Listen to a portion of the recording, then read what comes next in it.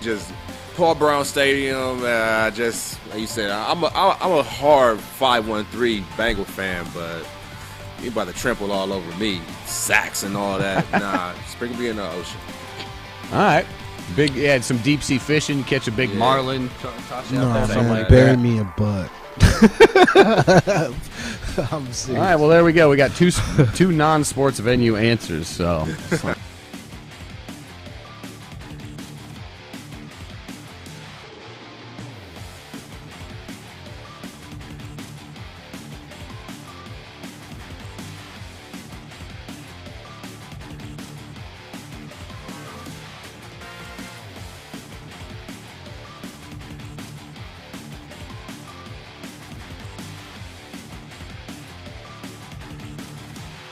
Quarterback is literally the most important position. I understand But that. he's not sold on Russ, and that. So why aren't you sold on Russ? Tell me that.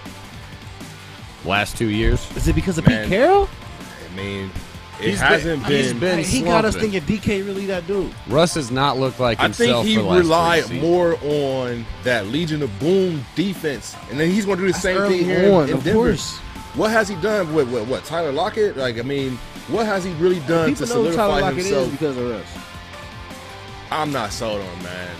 I mean, y'all want to go high on He Russ? made the playoffs his first 8 years in a row. He won 10 games a season every year for the first 6, 7 seasons or something, like things that He's a nobody's winner, ever man. done.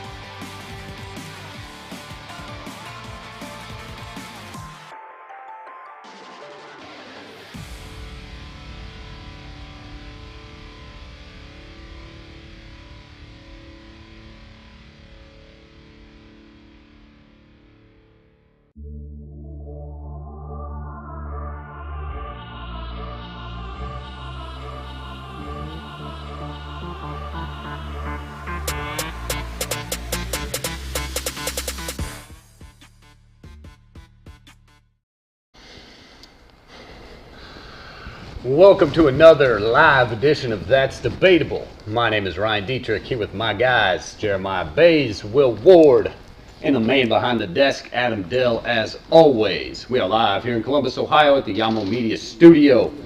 It is Wednesday, September 14th. Thank you all for tuning in. We got a lot to talk about tonight. Ohio State Buckeyes roll over the weekend. It's NFL Week 1 is in the books. And the WNBA finals are right in the middle of it. So let's get down to business, which is exactly what the Ohio State Buckeyes did against Arkansas State last Saturday here at the Shoe. Beating them 45-12. No touchdowns allowed, which I think is what Will Ward asked for. He said that Jim Knowles' defense needs to keep them out of the end zone. 4 field goals, from Arkansas State.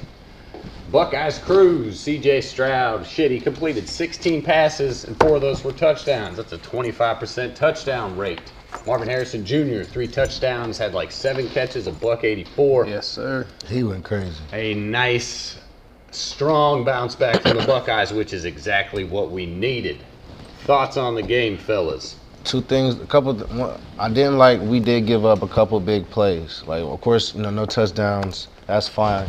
But I'm just thinking about when we play the competition with the same type of goals that we got. That was Arkansas State over the weekend. We can't be allowing that. Yep. No deep plays. Don't get beat deep. None cheap. None deep. I think everything else is fine. Like I said, the offense is going to hit. I think when we got one more game without Smith and Jigba, and it's going to go crazy. Yep. And yeah, that's I know Smith and Jigba and Fleming. I know they are both potential to play this weekend. Toledo's in the house. I heard Day on 97.1 The Fan today I believe he said, yeah, they're, you know, if they're 100%, we'll test the waters, maybe get them in there a little bit. But again, you know, Toledo's in the house. Nothing, you know, no need to hurry him back. Yeah. Will, you excited for Jim Knowles? I know you were last weekend. Hey, I just need them boys to continue to do what they did against Arkansas State. I mean, just allowing them to have just 12 points. That's exactly what we, you know, wanted to see. No real struggle. But as far as Toledo, you know, you can't sleep on these guys.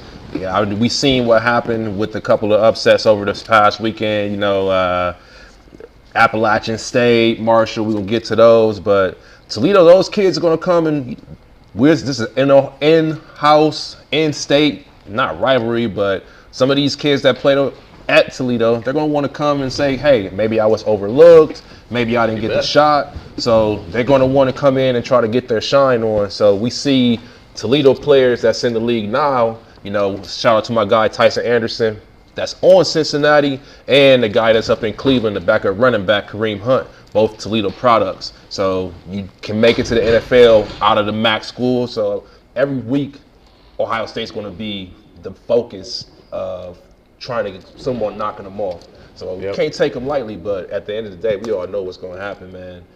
CJ gonna come out, Marvin is gonna come out, my guy Mayan Williams is gonna do his thing, Travion's gonna do his thing, and we're gonna get another dub. You know, I don't even know if we want to call this a night game starting at 7 o'clock, right. But hey, it's still gonna tear it up down there to shoot this weekend. Yep. Spread. Ohio State is a 32-point favorite. The over/under is at 62. I like the Buckeyes to cover this weekend. I know they didn't last weekend, which might have had some, you know, some of those Ohio State goobers thinking they didn't put them too much. But anyway, so Buckeyes, 32-point favorite, over/under at 62. Buckeyes looking to cover against Toledo coming in this weekend. So we got to win by 33 to cover. Yep. Seems about. Which is exactly what they just did against Arkansas State. It's just crazy how those type of spreads be in college. Dude, yeah. Yeah, like 40 points, stuff like that. Yeah. So, you know, and speaking of, you know, point spreads, Alabama was a 20-point spread, was a 20-point favorite over Texas last weekend. Longhorns almost snuck away with another one. Blew it. But, you know, Alabama prevails. Yeah, I would say they blew it as well, but I mean, you can't give the Alabama offense, a minute and 30 left to march down the field, and they did that without there was hardly any defense out there. But I think that's a testament to Bryce Young and the moves that he made down the clutch, the couple of the scrambles that he got down the field with. I think it's more of I would give him more credit than I would say just a lackluster defense of Texas. Because he showed poise, there was a blitz came right off of the end on that last drive, and it literally got to him. He ducked underneath and took off for a first down. And I think that was probably one of the biggest plays of the game. It should have had him, and he had dead rights. Yeah. But hey, you can't play with your food, man. That he looked like one of those gazelles that's getting away from a cheetah. The guy came in there on a free blitz, had no type of chip block or anything. And Bryce Young was just able to get out. That one just right. That's that Heisman Trophy winner right there. So. That's right. I forgot about that. I'm glad you mentioned that. Yikes. So, all right, to debate or not to debate, the call. Was it a safety, or was it, you know, roughing the passer that they took away? Like, you know, did that really change the momentum of the game? Which a lot of people, including myself, feel like that call, no call, blown call, cheating for Bama, however you want to look at it. Right. That right there, I feel like changed the momentum of the game. That did, and it's also another thing you can't do versus Bama. You can't kick field goals. At one of those times in the red zone, you gotta punch it in to not necessarily put them away, just to make it harder for somebody like Bryce Young to come back. Otherwise, you know, you leave so much room on the table. One score, they go up, and now we in a different type of ball game. Yep. Honestly, I missed that call. I've just seen headlines and heard some debates about it. I missed that chunk of the game when I was watching it. It was a safety. And that's a lot of what I've heard. Yeah. So, but yeah, that's the way the cookie crumbles, as Bruce Almighty might say. Speaking of spreads, damn it, it's the first one that pops up when I check my ESPN scoreboard too, man. My buddy out in Denver, Brandon Grease, if you're on the horn. Big A. Bone to pick, man. The sound keep going up. Last Friday, we had a good hook on Central Florida. Central Florida was a 6-point favorite over Louisville. It was in Central Florida. CBS Sports Line had that game as Central Florida is like a 10, 11-point favorite. A lot of the sharps were betting Central Florida, so we had good beads on Central Florida. So laid down a nice chunk of change, and Louisville won the game. So I started my weekend out bad. And then I got burnt on the NFL, man. Opening weekend was rough, but we're going to get to that in a little bit. More of my sports betting shenanigans that I like to bring to you folks. Well, my buddy Casey was in on it too. UCF going down to Louisville on Friday night, which started the college football weekend. Was a hit to my pocketbook, but that's the way it is. Another big news that I'm interested in. Since you brought up Louisville, Go ahead. I just want a quick shout out. Yeah. Since you brought him up, that boy Cunningham, if y'all not aware of what he's doing, he's on the verge of breaking everything that Lamar Jackson has set in stone. And if you also look at what Lamar Jackson has done, that's a testament to what he's done. But Cunningham is on the verge of passing Lamar Jackson. He's definitely played more games than Lamar, but 8,000 passing yards, 62 touchdowns. Lamar has 69. Damn. He had 9,000. Lamar also had 9,000 passing yards, and they tried to convert him to a wide receiver. That's crazy. But and then 4,000 rushing yards, and Cunningham got 2,600 and 38 rushing touchdowns, while Lamar had 50. So Cunningham is closing on everything that Lamar said. Nice. Lamar definitely set the bar high. But since you brought up Louisville, shout out to that boy Cunningham. Dude, nice. That'd be one to keep on your radar there. Cunningham, you know how that works, sneaking up in the Heisman race, especially with the legs. The way he accumulating them stats, I could definitely see that. Cool. They got to get wins too, though. Well, Gotta get wins. Starting with upsets. That's what it's about. Got to get wins. Don't play with your food. We're gonna get to some more W's when we get back from a quick commercial break. Please sit tight. You're here on That's Debatable. Like and share. Hello, I am Annie J. Ross Womack, the Executive Director of the Ohio Sickle Cell and Health Association, and I'm here to talk to the parents and student athletes about a very important topic. The NCAA has instituted different standards for all divisions of student athletes. Before you can play sports in any college or university, you must present a negative trait status or hemoglobin status documentation. Your hemoglobin status is taken at birth with the newborn screening. And what they do is they run your blood for any abnormality or any birth defect. There are thousands of newborn screening birth defects in this country. For more information about sickle cell disease, sickle cell trait testing, you can call our offices at 614-228-0157.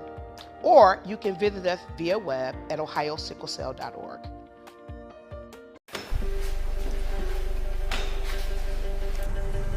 Okay. Yeah, I can work with this.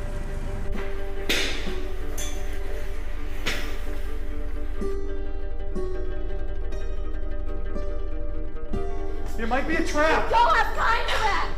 Good evening, everyone, and welcome to the favorite game show of the upper class, Who's Counting? The game show where our unwilling contestants have to make the really hard choices that count.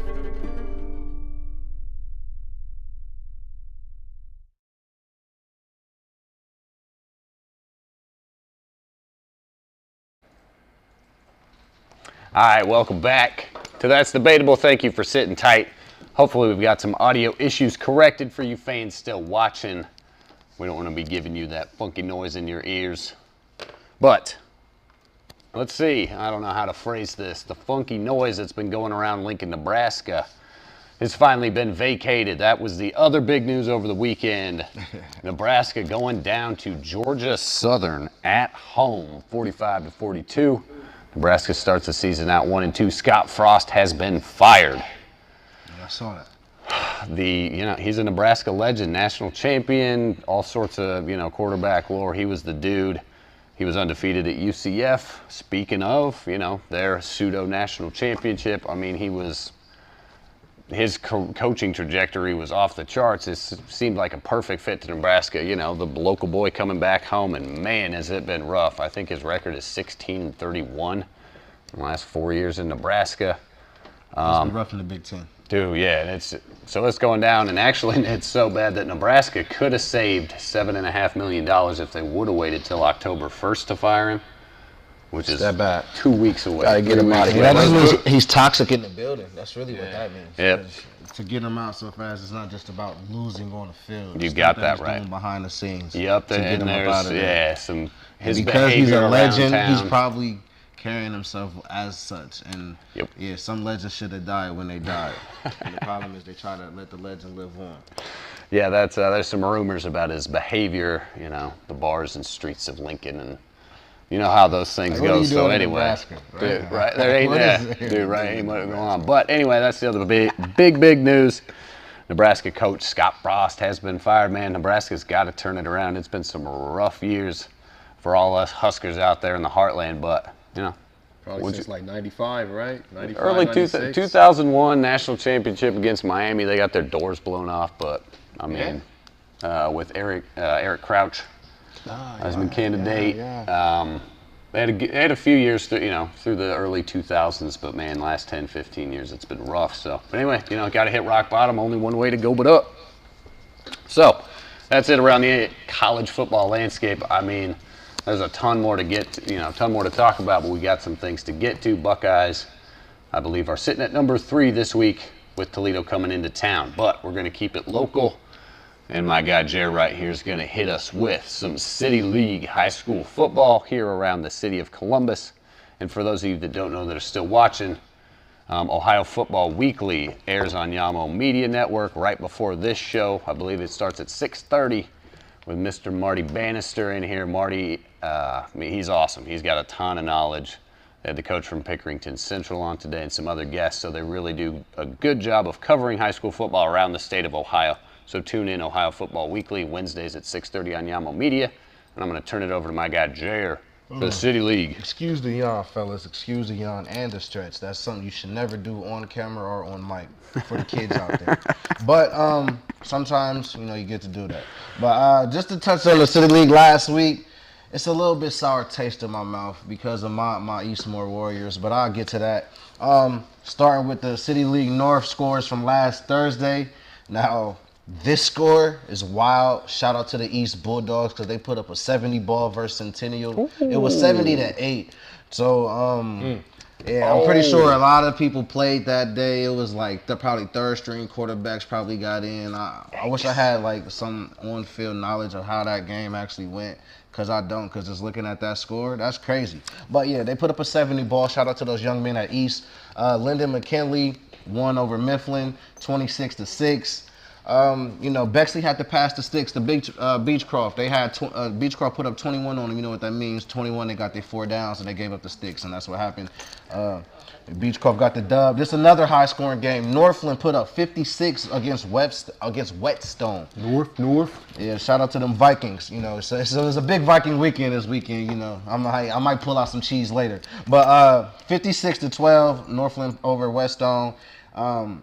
This is the City League in a South on Wednesday, on last Thursday as well. Another high scoring output. The I-High Independent 76ers put up 64 points against the West Cowboys.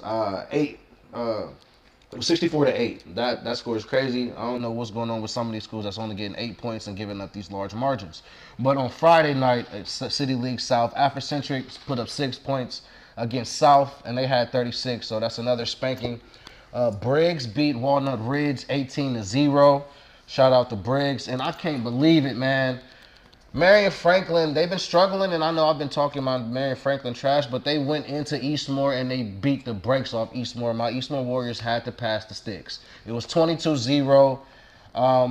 My update from my guy, Mark, it was just fumbles all over the board, and Marion Franklin capitalized off of every Eastmore turnover. Every time Eastmore gained momentum, it was a fumble that happened, and then, next thing you know, it's 22-0, and it's going to be a long week.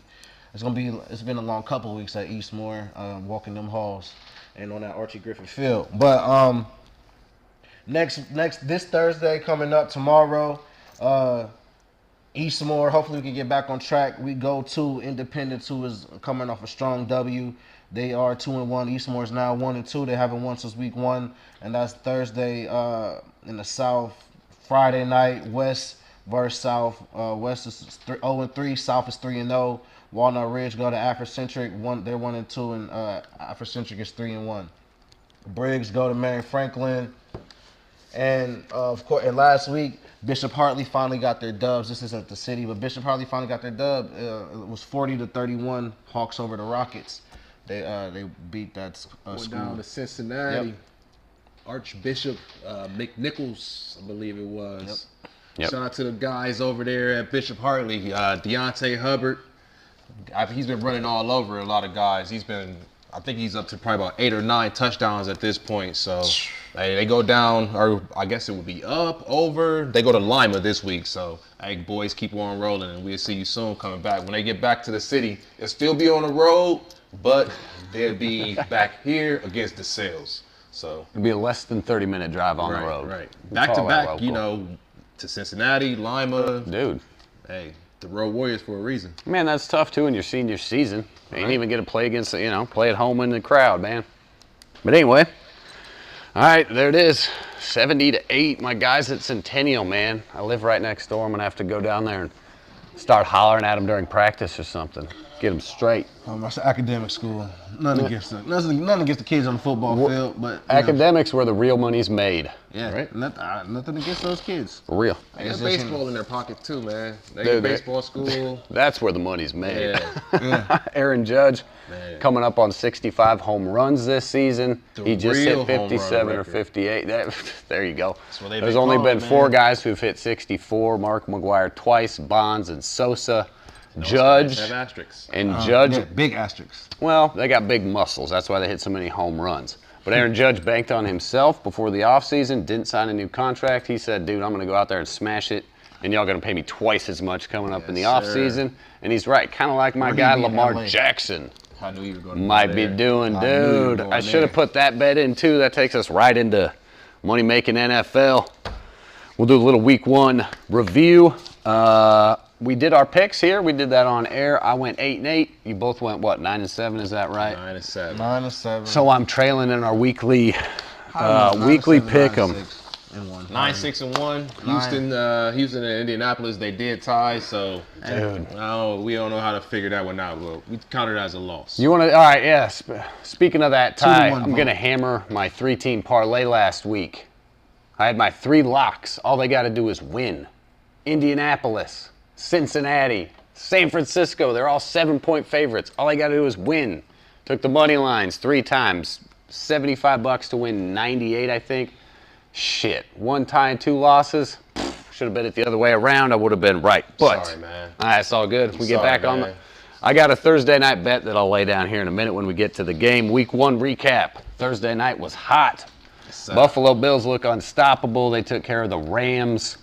Josh Allen looks like he's on fire. Again, the Bills did not punt. The Bills have not punted in 3 of their last 4 games and 4 of their last 6 games, which are both NFL records, which is just absurd, especially going up against that Rams defense that is so highly touted. Allegedly highly touted. The other stat I have is that quarterbacks who did not play in the preseason went 3-8 in week 1. So, play in the preseason. I know you're worried about injuries. Every win counts, though. Limp into the game, whip into week 1. I mean, there we go. Maybe not. One of those 3 wins came from my guy. That's debatable. That's not. You're right, he did. Okay, who wants to go first? Well, let's mention the Brownies. All right, Cleveland, let's keep it local. That's what we like to do.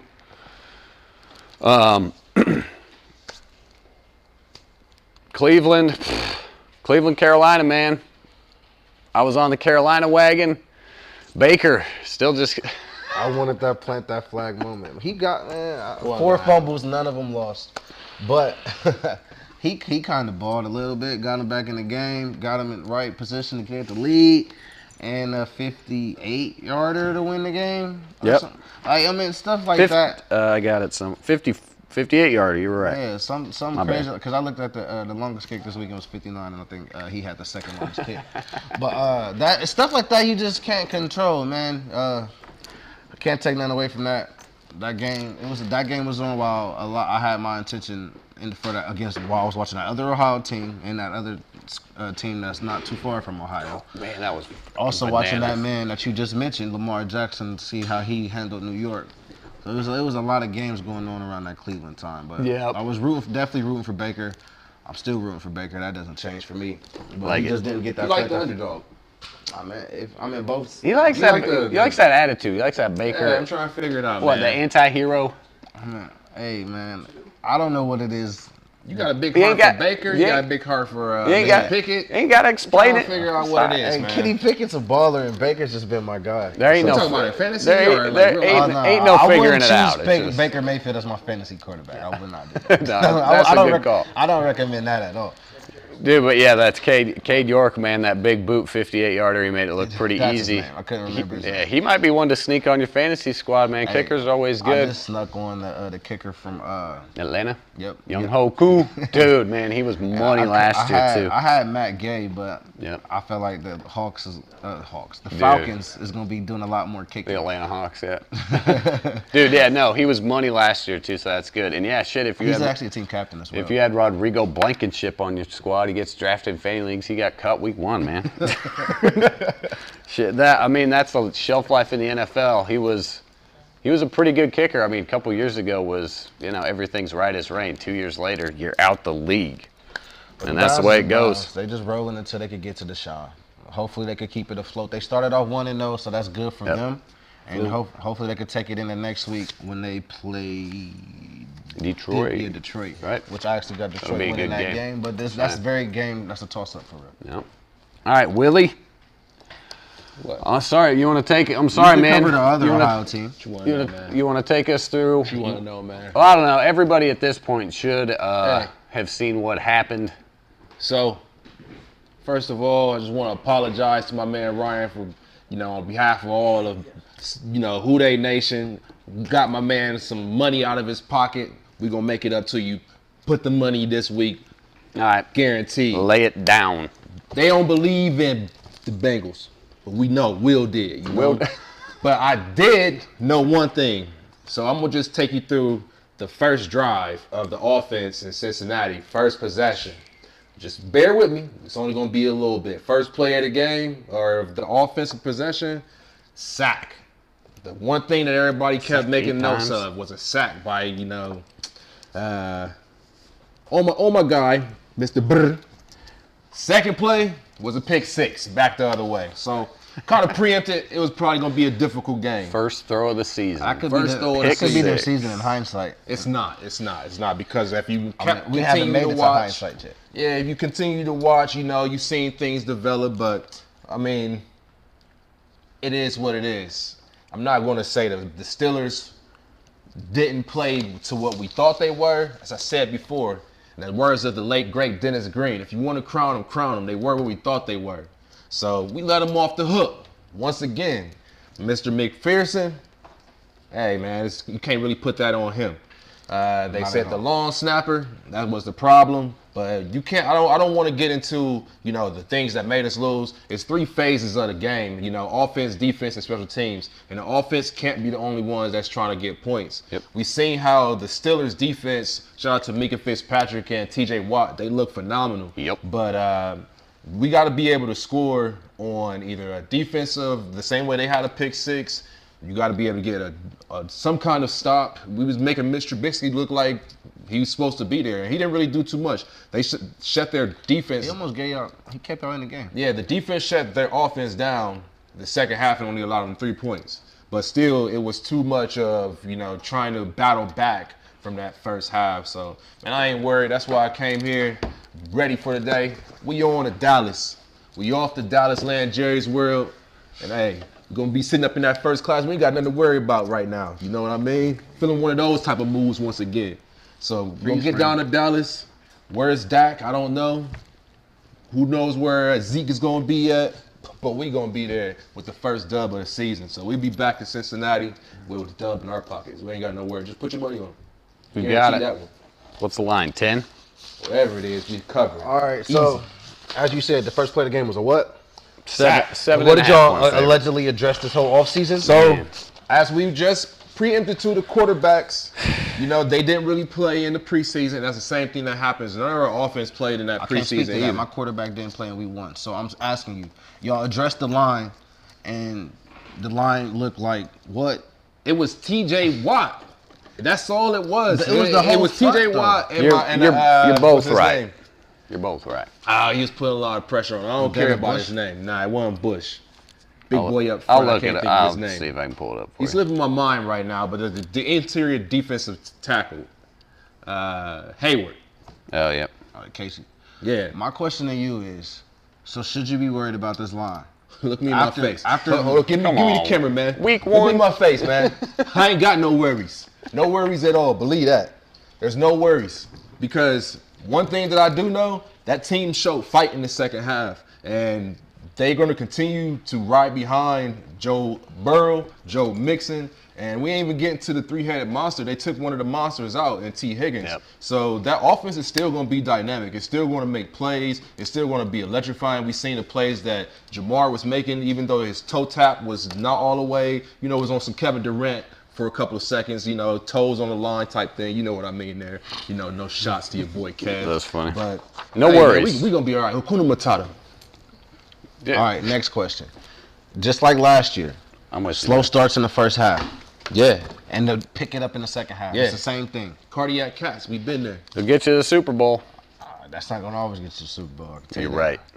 All right. Playing a dangerous game. That's playing a dangerous We're game. going to see, man. These bees don't just mean for Bengals, man. Not going to get it done this year. We ain't looking for it. I'd say 13-4. I still stand behind that. We gave up one to the Steelers. We're going to go back and get one and take another one from somewhere else. 12-5. And that's a divisional opponent. Trade one here and there. That's all good. Week 1, slow start, no preseason stuff. Right. But those slow starts to a first half, those can be lingering problems. Like you, I wouldn't be worried about the offensive line. Boys will get it together, hit it hard. But once week 1, that's okay, fluke. If we see those things again, then it's time for a little bit of concern. And before we move on, I'm just going to say to every Steeler fan, and one more time so y'all can make sure it's clear, 11-20, we coming to Heinz Field even though it ain't Heinz no more. We getting revenge. Oh, yeah. We on the revenge tour. Jets is next. I'm with you coming there. back, and we getting I've been hearing a lot of flack. My whole entire Facebook, Instagram is going crazy with all the Steeler Nation. I enjoyed it. I enjoyed each and every one of the comments. Everything. I appreciate you for being a part. But remember, he who laughs first don't always laugh last. We coming back and believe that. All right. Laughs loudest. There you go. All right, Jer, hit us. You said Steelers. He did not say Steelers at all during that whole report. I respect that. Nice. Hey, we showing growth. Hey, it's a new season. Professional. They started out the season professional growth around here. All right, Jer, hit us with them purple boys. Oh, we talking about, I hit my first gritty over the weekend with my daughter. Should I get on camera and hit my gritty? You hang down. You let us know. Can we zoom into the shirt? Because the shirt is my energy right now. Watch them chains, too. Oh, yeah, my fault. It says, talking, shit, but your team didn't make the playoffs. Yeah, you're damn right. Because we started off, it's a new season, it's a new run, it's a new era. And new era started off lovely. I loved everything. I would have liked us to put up a 30 ball against the Packers just to really make a statement. But 23-7 is fine with me. We kind of got beat on one play, and they didn't make us pay for it. I appreciate that, young man. Maybe you could get it together the next time. But for now, they're gonna chew you up in the field room about that, and that's why Aaron Rodgers didn't give you any more looks, because Aaron Rodgers does not trust his receivers. But that's beside the point. We talking about the Vikings. We won. Kirk Cousins is very phenomenal. He made every play during that game, and of course that young man Justin Jefferson lit it up. We're gonna get into him later on. The defense looked amazing. The line held up for the majority of the game, and that's what I like to see. What else? Everything.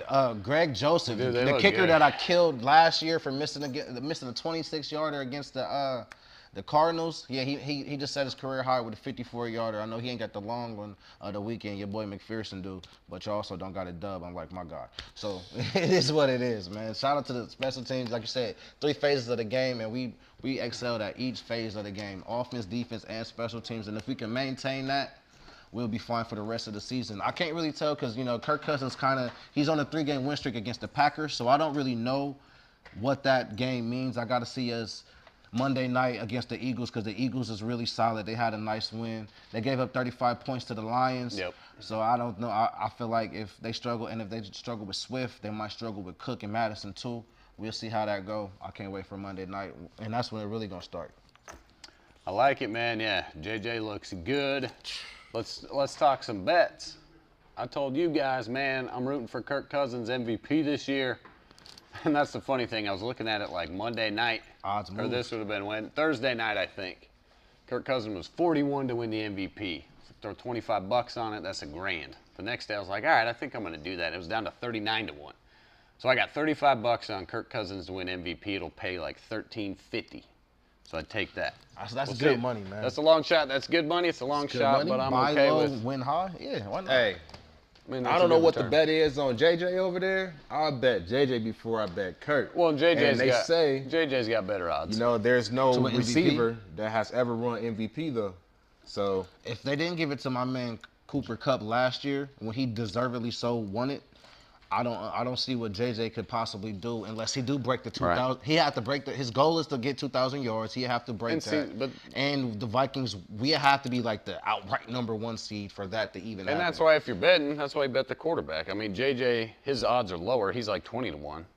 But if he has that Offensive kind of player of the year, more year, likely than it's anything. going to go to Cousins for Like MVP. Rich Gannon- So it's just a long odd shot, but Rich Gannon wants an I'll throw MVP it in out this there. league. Why can't Kirk Cousins be? Exactly. But the problem is, like I said, they got to execute against everybody else. It's not. Yeah, I'm not debating The Packers, what we saw yeah. against the Packers just looked good. I rewatched back the film and I really listened They to do my look coach good. talk. Kevin O'Connell really might be one of them. Yeah, and they do Shout look out good, Sean and that's, McVay. I'm not getting into like, will it happen? Because odds are it won't. That's why the odds are so long. Yeah. But if I'm looking at that, I'll take that, throw 35, see what happens. That's the idea and fun of futures betting. Oh yeah, we just But- moved up to the 4th best odds in the Super Bowl. There you go. I'm not looking into none of that because let's make the playoffs first, man. All right, Mike Zimmer gone, so I know we making the playoffs. He could pencil us in. let me talk about my Niners. I don't really want to that much. But San Francisco, Chicago, I told you so. whatever, Will. Yeah, it is what it is. 49ers dominated the first half. Like I said, I ain't going to get into a long, lengthy diatribe, but I ain't concerned. Trey Lance showed some good stuff. He's probably, he likes to do the Josh Allen thing and just take on linebackers. He's a big kid. He's fast. He's got some wheels. But, that second half, it started, rain. It just kept coming. And that was at the crucial time where they were trying, for San Francisco really needed to extend some good drives. It's tough in that rain. Trey Lance said he's played in more games in the snow than he has in the rain. So a little bit due to him. It's week 1. The Bears at home showed up. Their defense held strong. Justin Fields played well. San Francisco made some mistakes. Like I said, I'm not concerned. They just didn't put the hammer down at the end of the first half. Like I said, sit tight. Hold fast as it is. They coming home. They got Seattle coming into town, so but the Bears showed up, so give hats off to the Bears and Justin Fields and David Montgomery. I need some David Montgomery because he's on my fantasy roster. But anyway, I ain't concerned about the 49ers. The Bears can have one, yeah, that's fine. San Francisco's going to get it together. Trey Lance is going to grow and prosper. And even if there is some Jimmy G conversation, of course the media is going to put that out, but it doesn't matter because as long as in-house, as long as those boys got it in-house, and that's what Lynch and Shanahan do, we're rolling the Trey train, and I think Jimmy G's fine with that, so relax. The Bears got one. It's all good. 49ers going to get it together next week. And with that, we are going to head to a quick commercial break.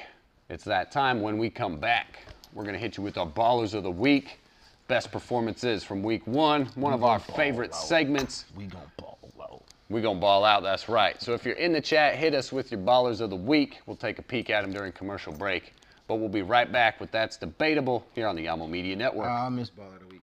Hello, I am Annie J. Ross Womack, the Executive Director of the Ohio Sickle Cell and Health Association, and I'm here to talk to the parents and student athletes about a very important topic. The NCAA has instituted different standards for all divisions of student athletes. Before you can play sports in any college or university, you must present a negative trait status or hemoglobin status documentation. Your hemoglobin status is taken at birth with the newborn screening. And what they do is they run your blood for any abnormality or any birth defect. There are thousands of newborn screening birth defects in this country. For more information about sickle cell disease, sickle cell trait testing, you can call our offices at 614-228-0157.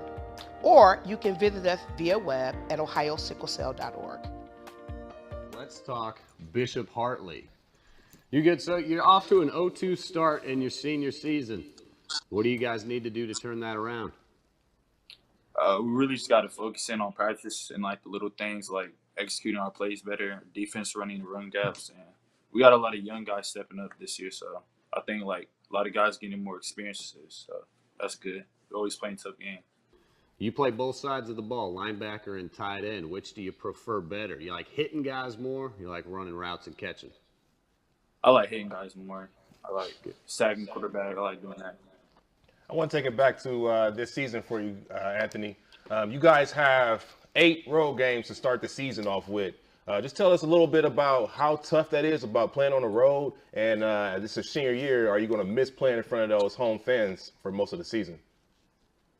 For me, I don't really mind playing on the road, but it gives us like a playoff experience. Basically, like every game feels like a playoff game, so it's gonna help us in the postseason for sure. It's really like every game's a big game, and you can't take no team for granted, really. Do you play mentor? What steps do you take to show those youngsters the new ropes and offer advice? Because eventually you'll have to play that role a little bit. So, being a teammate as a senior, you got to show some leadership.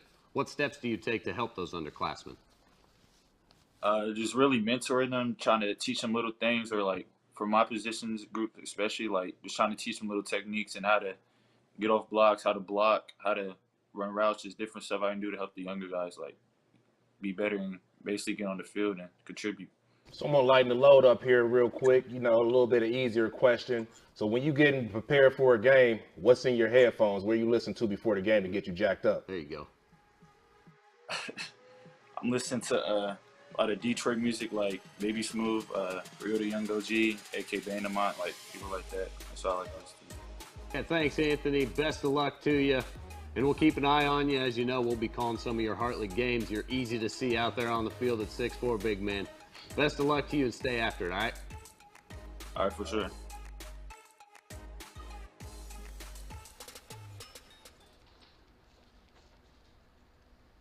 Welcome back to That's Debatable. My name is Ryan Dietrich, here with my guys, Jared, Will, and AD on the 1s and 2s. Man, it's been 7 months? It's been like 7 months since we done Baller of the Week, B-O-W, Who's Gonna Ball Out, which is our weekly segment choosing our performance of the week from the NFL.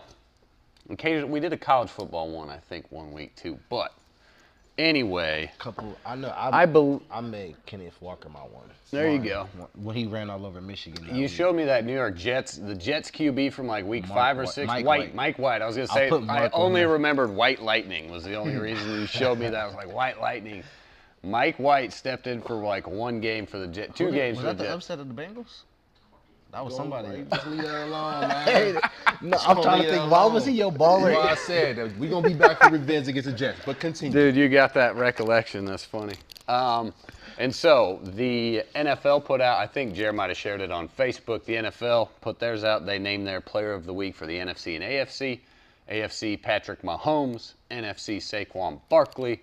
Ours are going to differ a little than that, but not really. So, let's go with my guy, Jared. Who was your baller of the week? Kind of biased a little bit, but he definitely balled out. So by that merit, he's my baller of the week. My first baller of the 2022 NFL season for week 1 is Justin Jefferson. I got to get my man's middle name because, I'm big on middle names. Yep. So Justin Jefferson, he had 9 receptions, 11 targets, 184 yards, 20 yards per per catch and 2 touchdowns, and he hit the gritty twice. And as I said, when he hit his first gritty of the season, I hit my first gritty ever with my little girl, and it was a beautiful moment. So we was in the living room just grittying it up, getting it up against the Packers that week, man. Again on Sunday, it was beautiful. That's awesome. So shout out Justin Jefferson because I created a beautiful moment with my daughter that I'll never forget. That's awesome. Yeah, and that's my big baller of the week, man, JJ. I like it. Dude, yeah, good choice. Dude balled out. Record day, career day for him. Definitely. He's looking good, and, you know, that's one of those things. All the hype in the offseason backed it up day one. Willie, hit me with it. I got to go with the $500 million guy, man, over in KC. I was thinking that once his guy, the Cheetah, left, this guy, Patty Mack, my boy, I thought Patrick Mahomes was going to be out, but you see he got 30 for 39, 360 them things, 5 touchdowns, no INTs. Almost a perfect quarterback rating right there at the bottom. But, hey, to say the least, that's a special boy, you know what I mean? He plays the game like you play in the backyard. He plays like, you know, sidearming and just off of the back foot, no kind of fundamental to his game, but it still works. He hit like, looks like about 9 different receivers. His top was still his guy Kelsey with 121 yards and a touchdown. Ended up hooking up with Edwards-Helaire for 2 of them. But he looks special, but we're going to get to see what he gets to do tomorrow against a better touted defense than the Cardinals. Now you get to go up against the LA Chargers. It's coming for the throne. Yeah, those Chargers ain't coming to play. You got Khalil Mack and Mr. Bosa coming off of the ends. J.C. Jackson going to be locking down at the corner spot. So, hey, shout out to my homeboy. You know, did a great job. See if you can continue to keep it rolling, though. Dude, they ain't got nothing to worry about tomorrow night. My goodness. I think he might be sending a message this year. All my Chiefs fans, all the Chiefs gang, you know, all you know that. I was in Kansas for like 10 years. I got a whole crew of Kansas City fans. And I don't like it, especially since, you know, the Chiefs took down the Niners in the Super Bowl a couple years ago. But, man, Patrick Mahomes can play football. It's just the touch, the accuracy. He puts velocity on balls, but he puts them in the right. And, I mean, that out to Kelsey, just dropped it right in the middle of 3 people. The little end zone pass, he's falling away, just flip. I mean, he is a magician. He's special, man. Fun to watch, man, that's for sure. They are a lot of fun to watch. You know, like you said, Josh Allen too. They're 1 and 2, but you know, I still like Mahomes a little better. But even with that magical performance and everything we saw from Patrick Mahomes, man, he still did not earn my Baller of the Week. He was number 2, the Baller of the Week in all of the NFL in Week 1. Saquon Barkley, dude, the immaculate return. 18 carries is all. $164. That's 9.2 yards a carry, 1 touchdown, and he also added the game-winning 2-point conversion. Yep, he had 6 catches for 30 yards as well. The game-winning 2-point conversion, and was the whole. He was the whole driving force behind that comeback win against Tennessee, and that's the other thing. Coming off an injury. Can he stay healthy? Can he hold up? What's he going to do? All of this business. And he just puts the team on his back in Tennessee. The last year's #1 overall seed in the AFC. That good run defense that Mike Vrabel's got. And just, he put it to him. Saquon Barkley, man, put the team on his back, ran right through Tennessee. So there he is. Saquon Barkley is my Baller of the Week. AD, shout-out nomination. You want the man, Josh? Yeah, Josh Allen. And our producer, Adam Dell. He's taking Josh Allen. Of course, we were talking a little bit about it before the show. We'll make sure to get him on next. And yeah, as you see on the screen, if you're still watching, Thursday games. Tweet us, Facebook, any of it. Tweet at Yamo Media and at Real Debatable. I'm also on Twitter at Ryan's Fingers.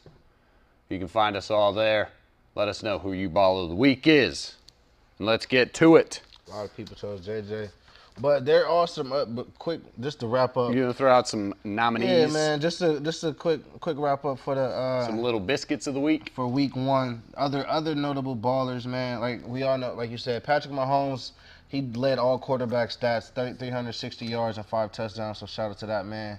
And as your boy did, Saquon Barkley, he had 164 yards leading all rushers. Jamal Williams, backup running back for the Detroit Lions, had 2 touchdowns. The reigning Triple Crown king himself, Cooper Kupp, had 13 receptions, and that was on Thursday night. And, of course, my guy Justin Jefferson led all wide receivers with 184 yards. It was 7 ties with 2 touchdowns for receptions.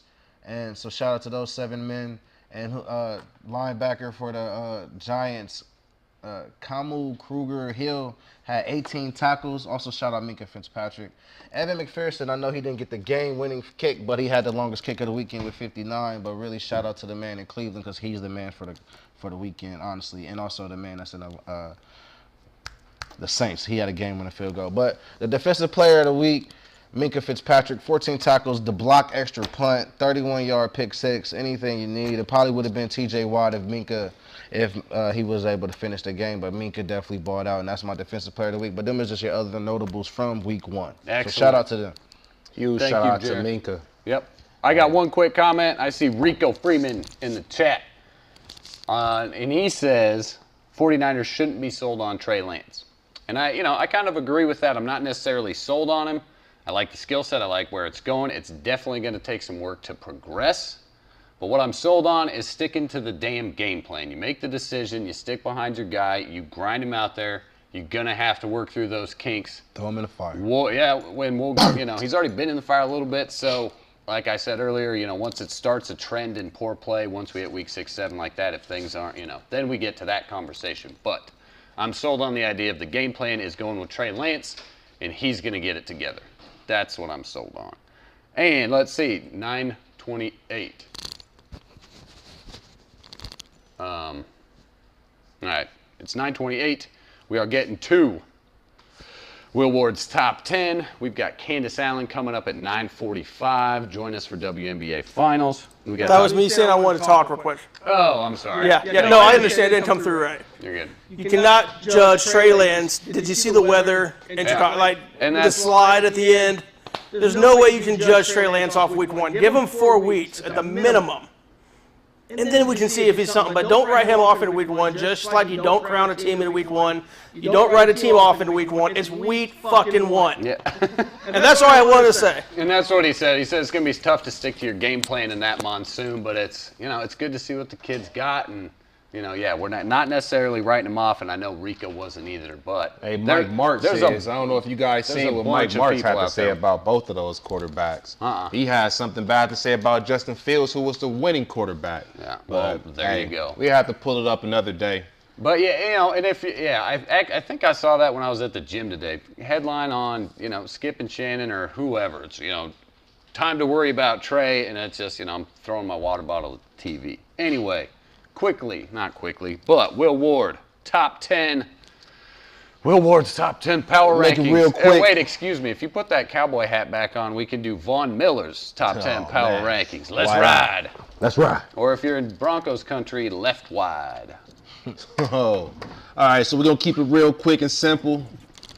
Don't want to spend too much time on it, but going to start with number 10.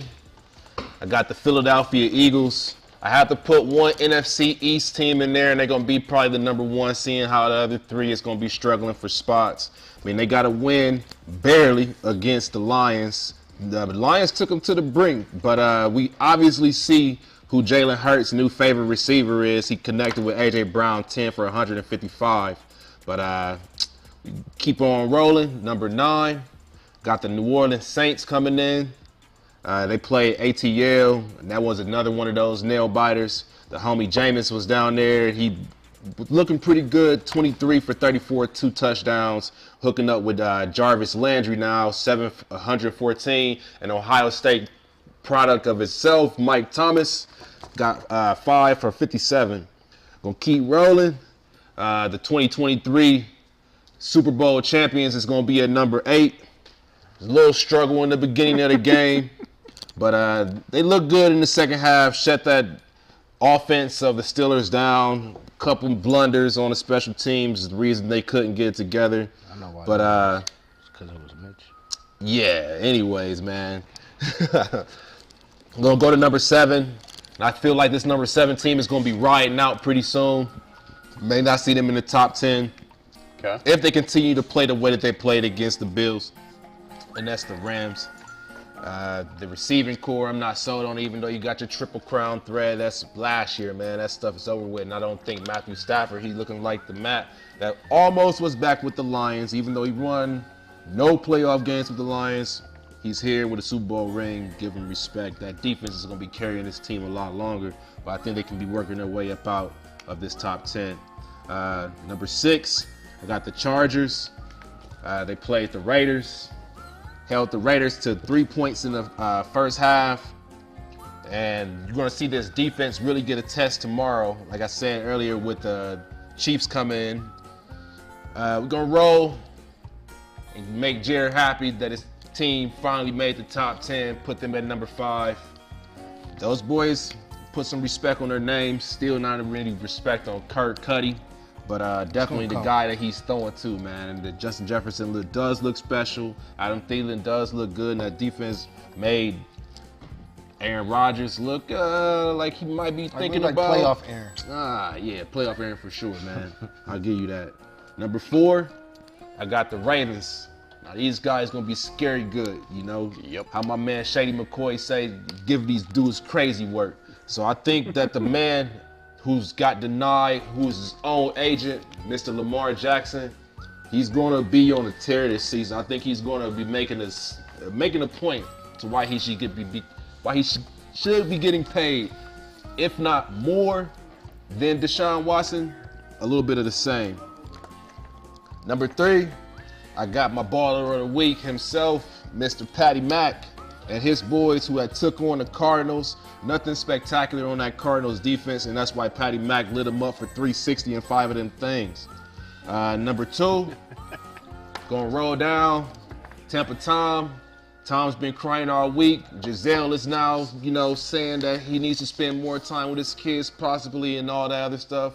We're gonna dive into that just a little bit, but they went down to Dallas and made Dallas seem like they were still in the preseason.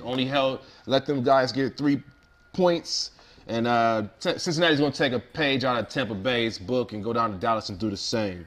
And at number 1, they got that guy Josh Allen, man, and those dudes made the Rams look like they shouldn't have been in the Super Bowl. Josh Allen had 297, 3 touchdowns, and he got it on the feet, averaged 5 yards. He had 10 carries for 56 yards and a touchdown. And that Bills Mafia defense, led by my man Von Miller, they look like they might be for real, but I don't know, man. They're the favorites for a reason. They're for real. Yeah. They shouldn't be. They don't believe in them. I did, though. All right, there you got it, gang. Will's top 10. Your list you got a quick comment? It's damn near phenomenal. Appreciate that, man. It's damn near spectacular. I could be the fan and be like, I could be the fan and be like, you can squeeze, you can squeeze many up a little higher. You can put them at 4 or 3, but that's just the fan in me. But even them at 5 is real solid, and they're ahead of both LA teams. I respect that. But I don't think that highly of New Orleans, and it came down for a field goal for them to beat Atlanta. I think you thought highly of Atlanta a little bit, but that's besides the point. That wasn't a good enough victory for me to get Young Ho in my top 10. Yeah, that's their kicker's name. Yeah, Young Ho. Dude, he's got a leg. Yeah, man. he's definitely got a leg. I'm high on Atlanta. But so I'm gonna just kick out New Orleans and put Miami right there. Okay. Slide your guys back to 10 and put Philly at 7. At 8, I meant. I think so. That's the only changes I'll make. Kick Eno out. So Eno in the top 10 is an Eno for me. Yeah. And who you had? MIA. Put MIA right there. And then, just switch Philly and Cincy, and then we good. And then besides that, from 7 to 1, I can't argue against it until I see records happen later on. I mean, I understand the New Orleans, but man, they got mad weapons down there. When you think about my boy Jameis and what weapons? What weapons? In New Orleans? What? He got more weapons than Miami. He got Mike Thomas. He got Tyreek Hill, Chris Olave, Jalen Waddle. But he's waddling in the end zone. Well, there's 2 and 2. You got Alvin Kamara. Jakeski? Miami, they got Chase Edmonds. You got Tua. You got Jameis. Who's got better There you go. That's not debatable. Hit us on Twitter. Hit us on Facebook. Who's got Miami better definitely weapons? got better weapons. Miami Dolphins or the New Orleans Saints? Well, Alvin. Who has better weapons? AK. Dude, my beef, real quick. My beef with your top 10. Dude, number 2, the Bucks. Oh, yeah. Get out of here. Kansas City. That's fake news? Here's how it should go down. Kansas City is the best team in the NFL. The AFC still goes through Kansas City. Pedigree, coaching, all of those things. Buffalo it's 1A and 1B. Buffalo is number 2. Tampa Bay at 3. And borderline with the Ravens. Lamar looks good with not a lot of dudes on that roster. He's going to get J.K. Dobbins back here real soon, too. Lamar so gets once he some gets help. them back, and you get Marcus Peters back on that defense, Dude, look hey, man. out. Ravens going to be good. That's my beef. I think Tampa Bay is not number 2. You got Chiefs at 1. Bills at 1B, 1A, whatever you want to say. Bucks at 3. That's where and then I go forward with there. Hey, but this week 1, you're going to see a lot of teams slide in, slide out. Yep. We had Arizona on this list for a long time last year. Green Bay was real hot last year. I kept telling week you, 1. stop doing that. Yeah, you did. You're right, Wyatt. You kept putting them at 1. But you had to if they're 7-0. You put them at 1 after they lost to the Vikings. And I'm like, 1 loss. That's all good. Okay, real quickly. Before we go to commercial break, we got a couple minutes. Let's dissect week 2. We don't necessarily need to go through all games. What I want to add is marquee. So, dude, marquee matchup. Definitely one of those is tomorrow night, Thursday night. Sure. Thursday night football. Los Angeles Chargers at Kansas City going into Arrowhead. Kansas City is a 4-point favorite, and I actually took a same game parlay for that. I got Kansas City on the money line and the overs at 54. So the over-under for the Chiefs-Chargers game is 54. So if combined points. So if combined points are 55 or more, and if Kansas City wins, I'll make like $35. And the payout on that was plus 194. The parlay, I get both those bets, so I put down $20, get a nice little payout of $35 if that hits. My San Francisco 49ers, like I mentioned, they got Seattle coming into town. San Fran's a 9.5-point favorite. I'm not real sure about that. I didn't know what to make of that Monday night debacle. And that was unforeseen to me, the NFL. That's why they call it the best reality show in the world. Sure. Monday night was crazy. Seattle's coming off a win with Geno Smith. I think San Francisco wakes up, gets it together. Trey at home, good weather. I think they run the doors off the Seattle Seahawks. I think they cover 9.5. Hopefully they win by about 2 touchdowns. But we'll see. That's who I'm looking at next week. The marquee matchups, Monday night, man, doubleheader. Tennessee at Buffalo. Might be a little outside of the Bills' favor. But then Minnesota at Philadelphia late Monday night is a huge one. 2 fresh teams hungry. What are you guys looking for this coming week in the NFL? You kind of jumped the gun for me, but you know what I was looking for. But outside of that matchup, I am interested to see Miami at Baltimore. To see my man Lamar, just to see. I'm watching Lamar all last year. Remember I had my I'm sorry Lamar Jackson. Yeah. Even though that was because they started off the season so hot up until the injuries, and I had them missing the playoffs, which I guess I was right. But that was because of injuries. But I was on my sorry Lamar Jackson tour last year, so this year I'm very tuned and locked in because of the contract situation and the way that man is built. I hope it goes well. He either A, gets paid or they let him leave free willingly. Yep. Or trade whatever. Dude, don't hold him hostage. Like LJ ain't going nowhere. They love smart, they love him in Baltimore. But I think. I'm definitely looking out for that game. And yeah, my bad. I jumped the gun on your Minnesota ones. Yeah, because you jumped straight. I'm like, dang. Well, the doubleheader, that's bad. But yeah, definitely, like I said, Lamar and the Miami and Baltimore, that should be an interesting matchup. And honestly, I like New Orleans to beat Tampa. Tampa Bay rolls into the Saints. They own Tampa regular. Tampa's a 2.5-point favorite, so I got some money line action there in the Saints. I think they're like plus 135, plus 120 in there. $10 win you 12. Was one I liked. Man, Detroit, Washington might be a tight one. Vegas and Arizona, who knows? But Minnesota, Minnesota, Philly. Philly was rolling. Minnie's rolling. That should be a high-scoring game, I hope. Talking trash to all the Philly fans already. I know a lot of Philly fans. They talking big trash. They don't think 23 points is enough to beat Philly, and I'm thinking you gave up 35 points to Detroit. What are you talking about? But we gonna see, man. My guy Jeff. Shout out to my guy Jeff. Trey Wade not in the. I don't know if he's still in the chat, but he's another Eagles fan. Trey Waynes. Trey Wade, he somewhere here talk about fly Eagles fly, but no, we about to cut the Eagles wings off on Monday night. Like we trying to make a statement. Clipping them wings. You gotta make a statement, man. Like we did what we wanted to do against Green Bay, but it wasn't the statement victory. So it's like because it was the week 1 and not a statement. They hitting us with it's just week 1 crap. So we need to go on a Monday night. You know the narrative of Kirk Cousins in his primetime games. We'll see how that goes on Monday night. But I do like Jalen Hurts and that Philly team. A.J. Brown balled out last week. Now, respectfully so, if it wasn't for Justin Jefferson, A.J. Brown had a phenomenal week. 164 yards last week, 10 catches. 10 catches. Yep. Yeah, 10 catches. Yeah, so all right, Philly's looking good. There you go. Over-under for the Minnesota-Philadelphia game, 50.5. Take the overs. Hit Ryan's sports bet this week. Final comment, Will, before we get a quick commercial break. At Chicago, for real, we're going to get to find out against them cheeseheads in Green Bay, 8:20 on NBC. We're going to get to figure it out. Justin Fields is going to continue to hook up.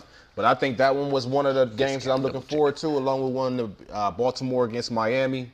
And, of course, Cincinnati going down to Arlington, Jerry's World. Definitely going to be tuned in for that one. I hope they just hammer them. All right, gang. There's your little NFL Week 2 preview. I was supposed to be game of the week, probably, huh? That's at 425. No, that's the after. Oh, Dallas Cincy 425. There you go. It's not as much marquee now because Dak hurt. That's right. But sit tight with us shortly. We're going to go commercial break. We'll be right back with Candace Allen. Talk the WNBA Finals, which are underway. We're live here on That's Debatable. This is Yamo Media.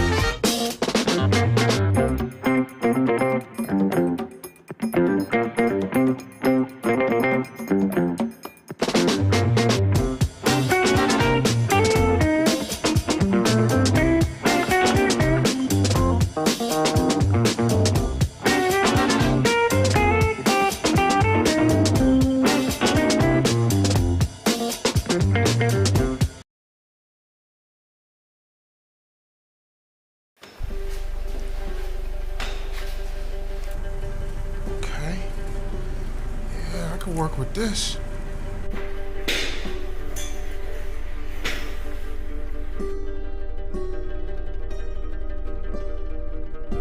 It might be a trap. Don't have time for that. Good evening, everyone, and welcome to the favorite game show of the upper class, Who's Counting?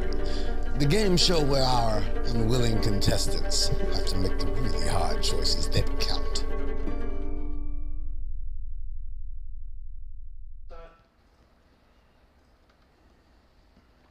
Welcome back to That's Debatable, fam. Ryan Dietrich, Jeremiah Bays, Will Ward, AD behind the desk. Wednesday, September 14th. Game 2 of the WNBA Finals was last night. Las Vegas Aces get that dub, 85-71. They are up 2-0. They have the opportunity to close it out tomorrow night with a sweep of the Connecticut Sun and win their first WNBA championship. But the Connecticut Sun are 3-0 in elimination games. So if I got Candace on there, Candace, good evening and welcome to the show. How are you? Thank you for having me. Always a pleasure to have you. So Candace, tell me, tomorrow night, Game 3, what do the Sun need to do to stay alive? The first thing they need to do is stop Asia Wilson. ever since game one of the semifinals, she's been on a run. She's averaging 25 points a game, 10 rebounds, and she's shooting 65% from the field. If they don't get a body on her, get her out of her rhythm, I mean, she's playing in such a controlled space. She's playing at her pace. She's not being bothered. They tried to rough her up a little bit in game one to no avail. So the first thing they have to do is get a body on Asia Wilson to slow her down. The second thing is they have to do something with Chelsea Gray. I don't know if there's a player who is having a postseason like she is. And I mean, she's shooting herself over 50% from mid-range, from three-point line. She's just been unstoppable. If they're just going to let those two players go off, then this is going to be a sweep when all of us were thinking, including me, I thought it would at least go 4, but it's going to be a sweep if they don't slow those two players down. Yeah, you said about 2 players. What about Miss Plum herself? And it's a three-headed monster altogether. Those 3, they scored 67 points. The Sun, they scored 71. What do you think about her? Yeah, Asia Wilson cussed out Kelsey Plum and told her she needs to get her stuff together, and she finally responded. She's been shooting 18% from the three-point line, which is somebody who's during the regular season, she was shooting 40%. So it was a massive drop off. Her three-point shot isn't hitting, but she's been like fearless driving to the basket. And that's what they need her to do. If the Aces are dangerous, if they get 3 players going, they do have the most improved player on their team, Jackie Young. If they get her going as well, this is going to be a blowout come tomorrow. But Kelsey Plum showed up big time, even though her shot wasn't falling. She was getting to the rim with abandon, and she was playing really, really good defense in game 1 and game 2. And I see game 3 is back in Connecticut. Yeah, does that provide, home court advantage? Like I mentioned, they're 3-0 in elimination games. Is this any sort of chance at home? What kind of crowd will they have? Oh, they're going to have a wonderful crowd. Connecticut's crowd is one of the better ones in the WNBA. Unfortunately, the pace that the Aces are on, I just don't see them losing, game 3. If DeWanna Bonner is having probably one of her worst shooting performances in the playoffs in her long career. They don't really get much offense from their 2-point guards. They can hope that the crowd can give them a little oomph, but if they can't slow down that 2-headed monster, I don't know how much being at home is going to help them. Can Connecticut on the defensive end, and you mentioned that Connecticut Sun are a 1-point favorite tomorrow night, according to the sports books. So you got that money, you should just put it all on Las Vegas. Don't even worry about it. I say so. I mean, I think game 1 kind of gave everybody the inclination that this was going to be a really tough series, a grind series. I don't think anybody expected the Aces to match their physicality. But Dearica Hamby, who is a 2-time 6th Player of the Year, she's a 2-time All-Star. She's been out with a bone bruise and wasn't even supposed to play this series. They put her in game 1, and she gave them 7 blue-collar minutes. She got 2 blocks, got a putback, 2 rebounds. She played bully ball, and that's something that the Aces needed. If Connecticut and the sports books, if the Aces can match their physicality and they can score the basketball, I'm saying put all your money on the Aces. I could be wrong, but I'm thinking this series is over. Cash is king. It's over with. That's right. That's the way it's been looking. And I was going to ask you about Connecticut. 71 points, and I think about 70 in game 1. Mm-hmm. Are they much more of a half court? Because Las Vegas Aces love to open it up, run the floor. Is that Connecticut's game? Is we like to set up in a half court, run our offense, limit possessions, and try and slow it down? That's exactly it. They play bully basketball. They want to rough you up. They want to paint. They want to get as many rebounds as possible. They had 40 rebounds in game 1 and probably should have stole that game. Unfortunately, they didn't come away with a win. But yeah, they play half court bully ball. Unfortunately for them, again, they just are not shooting well. So if you're going to play a half court ball, you got to score baskets, especially if you're not going to stop the Aces on the offensive end. And like I said, DeWanna Bonner's having a rough go at it. Their MVP, the 2021 MVP, Jonquel Jones, she's playing well. Unfortunately, she's just not playing at the level that Asia Wilson is playing at. Their two guards, Courtney Williams, had a really good game yesterday. She had 18 points, I believe.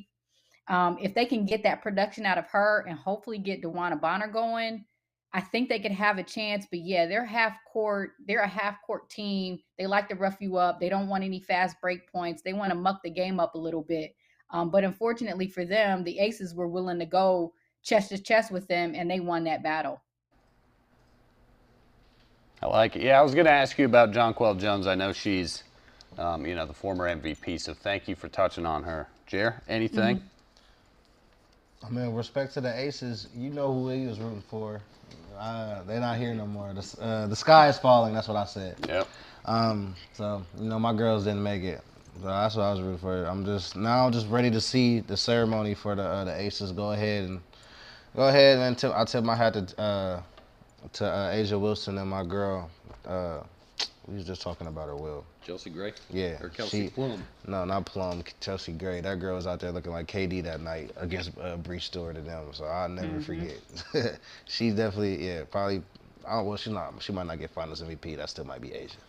That's what I wanted to ask Candace too. Like, who would you go with? Asia Wilson or Chelsea Gray? They both balling, and Gray, she's looking phenomenal. It's going to take a lot to probably take it away from Asia. But what do you think?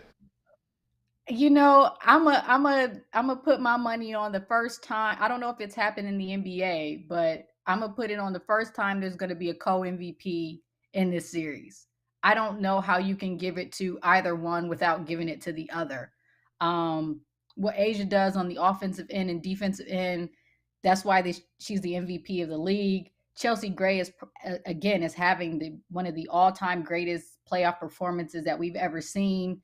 And she's dishing the ball and making all of the hustle plays as well. So I'm thinking co. I don't even know if that's a thing. Like if you can get a co-MVP for Finals MVP, but that's my booking because I don't know how you choose between the two. I think Asia may have a bit of an edge just because she's their sole post player and she's battling against 6'5" Jonquel Jones. Brianna Jones is 6'1", DeWanna Bonner 6'4", Alyssa Thomas 6'1", and she's down there by herself, still averaging 25 and 10. So I think there's a slight edge to her. But if I had a vote, I would split it in half and give, one to Asia and one to Chelsea. Like the sound of that. Hey, raise the stakes. Go Aces. It's all but over with right now. So Chelsea Gray and that attitude, she's gonna will that. She plays like they stole something from her, and that's what you want to see, especially against a tough team like the Sun that like to bring that kind of attitude. All right, looking forward to the off season. I know the finals aren't wrapped up or anything. Mm-hmm.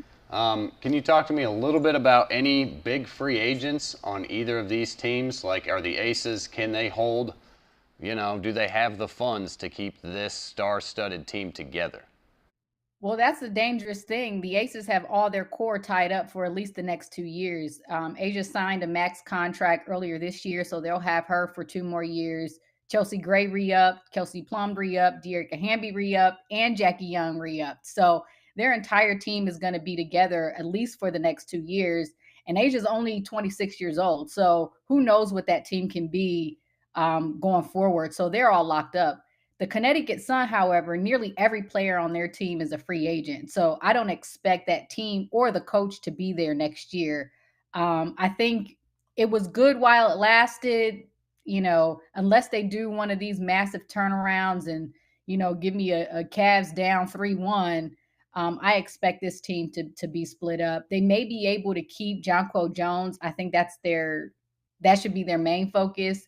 But their core group, all of them are free agents, and I expect them to leave. Excellent. Excellent info there, Candace. That's probably what Bree gonna do this summer. Yeah, Stewie. I don't know if Stewie's stuck in Seattle. She's free agent, right? Stewie is an unrestricted free agent. However, there is a prioritization rule that the WNBA established in their last CBA that basically says that if players who play overseas aren't back before training camp, they can't play the WNBA season. And as most of you know, Stewie makes probably $1 million or $2 million overseas. And if she's not back in time for training camp, she won't be able to play next year. And has alluded to not wanting to choose and has basically said that she can sit out because that rule is going to be put in place. But she is a free agent. I'm pretty sure Seattle is going to do whatever they can to keep her there and keep Jewel Lloyd there as well. However, I'm leaning towards Stewie going to New York. I think if they're able to get Stewie, New York is going to be probably the place, the biggest competition, at least for the Aces in the coming years. But if I'm Stewie and I'm planning the W next season, I'm looking at New York. That's right. I remember you saying that last week. I like that, her and Sabrina together. And, much like you see in the NBA, as one powerhouse builds and has their team, you've got to build to take them down sort of thing. You've got to react to what they've got. The defensive MVP, league MVP in Asia Wilson, she's a lot of fun to watch. I'm a big fan of that. I got to get my 22s on order and support the squad. So, man, that's excellent. Candace, you're a wealth of knowledge. I love that you just know all this stuff off the top of your head. You do your research. That's why we like having you on the show. And I know the WNBA season's just about over, but we've got plenty more to get. We'll feature you back on shortly, hopefully. We'll get you into this NFL talk if you want. Whatever you want. Oh, for sure. I mean, I peeked. I said I was going to wait till December, but I did peek in a little bit this weekend and got home enough to watch Monday Night Football. So I know a little bit about what's going on. So if you ever need an extra mouthpiece, I can help. I didn't hold out till December. But I thank you guys for having me on and covering the W like you do. Thanks again, Candace. We appreciate you. Everybody, the wonderful Candace Allen on That's Debatable. Thank you. All right, gang, that's just about it. We got like 3 minutes. You got that cape ready? Yeah, I got the cape ready. I want to go last to figure out who's going to pick who's for their cape because I got 2 selections. Dun. What a sweet graphic that is. Bet. Who's going to be we your need to modernize it to the new situation. Give it a little facelift. Yeah, give it a little facelift. Oh man. I need to figure. Is there a way you could make that cape like blow when you it's like waving? Not right now. I mean, no, I'm talking about for the next time. So the next cape is waving on this, like the good old American flag, that beautiful like waving. You want to start? You want me to start? I'll start off. Who you caping for this week? Last week I put my cape on for these Dallas Cowboys, and we seen how that.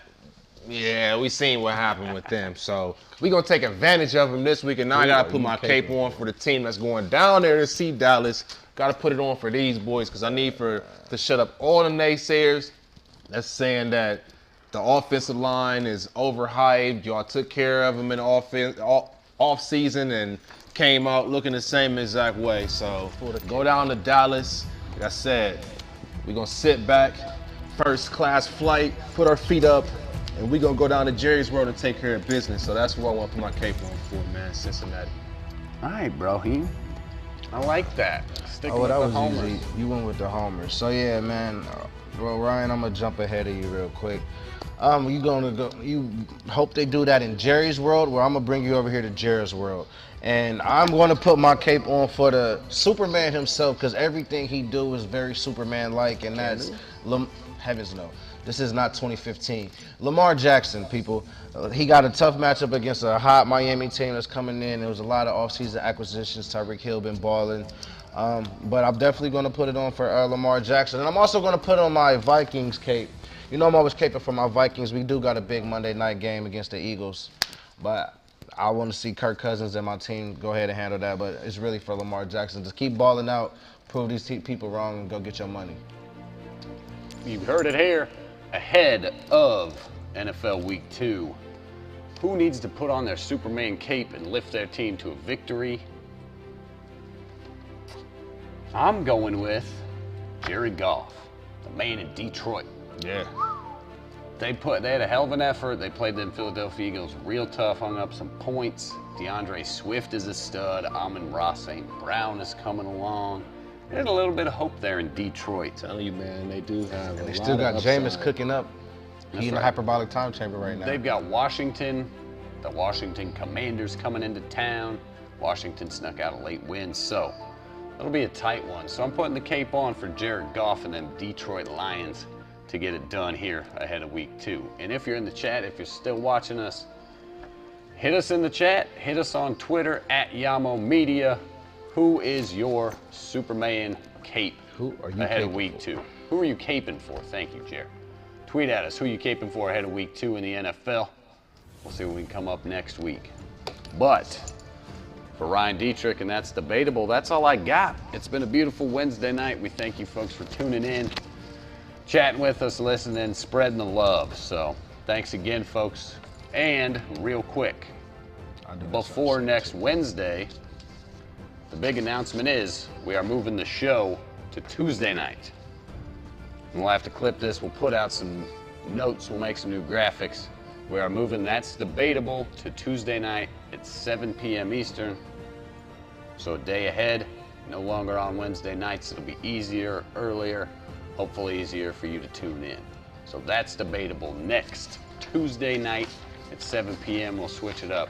But stay tuned into our socials. We'll keep you posted. And for that, all I got. I do got something real quick. Quick birthday shout out to my aunt. My aunt Paula was her birthday last week, September 9th, so I just want to give you a shout out because you asked for it. I love you, Auntie. And also, people have been asking me about That's Debatable merch and That's Debatable gear. Where am I getting my shirts from? Angelic Designs. Go to your Instagram, type in Angelic Designs with a Z. She makes shirts, trays, pillows, sweats, hoodies, anything you need, she makes it.